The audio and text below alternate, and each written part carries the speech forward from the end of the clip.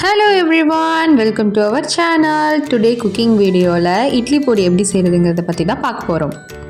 இது எங்கள் பாட்டியோட கைப்பக்குவத்தில் செஞ்ச இட்லி பொடி. இந்த மாதிரியான வீடியோஸ் உங்களுக்கு வேணும்னா நம்ம சேனலை சப்ஸ்கிரைப் பண்ணிக்கோங்க. மறக்காமல் பக்கத்தில் இருக்கிற பெல் பட்டனையும் கிளிக் பண்ணிக்கோங்க. அப்போ தான் நம்ம போடுற வீடியோஸ்க்கான நோட்டிஃபிகேஷன்ஸ் வரும். வாங்க வீடியோக்குள்ளே போகலாம். ஃபர்ஸ்ட் ஸ்டவ் ஆன் பண்ணிவிட்டு ஒரு கடாய் வச்சுட்டு 1 கப் புழுங்கல் அரிசி போட்டுக்கலாம்.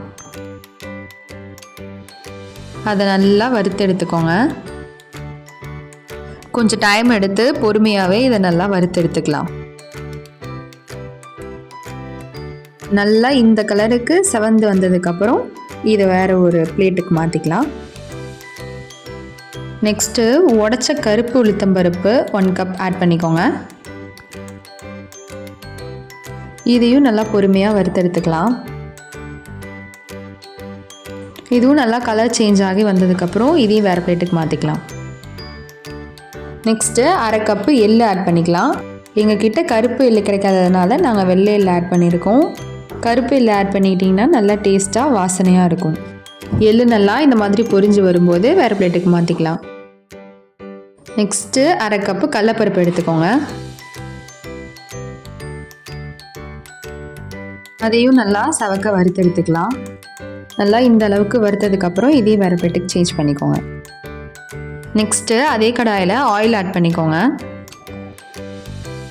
ஆயில் நல்லா சூடானதும் கட்டி பெருங்காயம் 2 பீஸ் போட்டு அதையும் நல்லா வறுத்தெடுத்துக்கலாம்.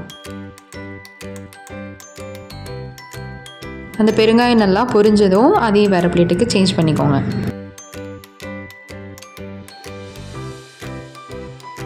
நெக்ஸ்ட்டு காரத்துக்கு தேவையான அளவு காஞ்ச மிளகாய் ஆட் பண்ணிக்கோங்க. ரொம்ப காரம் வேணான்னு நினச்சிங்கன்னா நீங்கள் கொஞ்சமாக போட்டுக்கலாம். காஞ்ச மிளகாவையும் நல்லா கலர் சேஞ்ச் ஆகி வர லெவலுக்கு பொறுமையாக வறுத்துக்கோங்க. நல்லா இந்த அளவுக்கு கலர் சேஞ்ச் ஆனதுக்கப்புறம் ஸ்டவ் ஆஃப் பண்ணிவிட்டு தோலோட ஒரு 10 பல் பூண்டு போட்டுக்கோங்க. இந்த இட்லி பொடிக்கு தேவையான அளவு கல் உப்பு ஆட் பண்ணிக்கோங்க.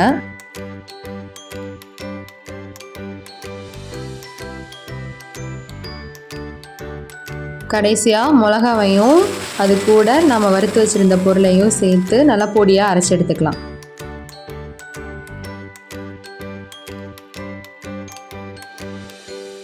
ரொம்ப பவுடராக அரைச்சிடாமல் கொஞ்சம் கொரகொரப்பாக அரைச்சி எடுத்துக்கோங்க. கடைசியாக அதை நல்லா ஒரு பவுலில் போட்டு நல்லா மிக்ஸ் பண்ணி எடுத்துக்கோங்க. இந்த வீடியோ உங்களுக்கு பிடிச்சிருந்துச்சுன்னா மறக்காமல் லைக் பண்ணுங்கள், ஷேர் பண்ணுங்கள், கமெண்ட் பண்ணுங்கள், சப்ஸ்கிரைப் பண்ணிவிடுங்க. பக்கத்தில் இருக்கிற பெல் பட்டனை கிளிக் பண்ணிவிடுங்க. அப்போ தான் நான் போடுற வீடியோஸ்க்கான நோட்டிஃபிகேஷன்ஸ் வரும். இதை ஒரு ஏர்டைட் கண்டெய்னருக்கு மாற்றி எடுத்து வச்சுக்கோங்க. 1 மந்த் ஆனாலும் கெட்டு போகாமல் அப்படியே இருக்கும். அவ்வளோதான், நம்மளோட டேஸ்டியான இட்லி பொடி ரெடி. இதை இட்லி தோசைக்கு தொட்டு சாப்பிட்டிங்கன்னா செம்ம டேஸ்ட்டாக இருக்கும். மறக்காமல் இந்த இட்லி பொடியை உங்கள் வீட்லேயும் ட்ரை பண்ணி பார்த்துட்டு எப்படி இருக்குன்னு கமெண்ட் பண்ணுங்கள். தேங்க்யூ.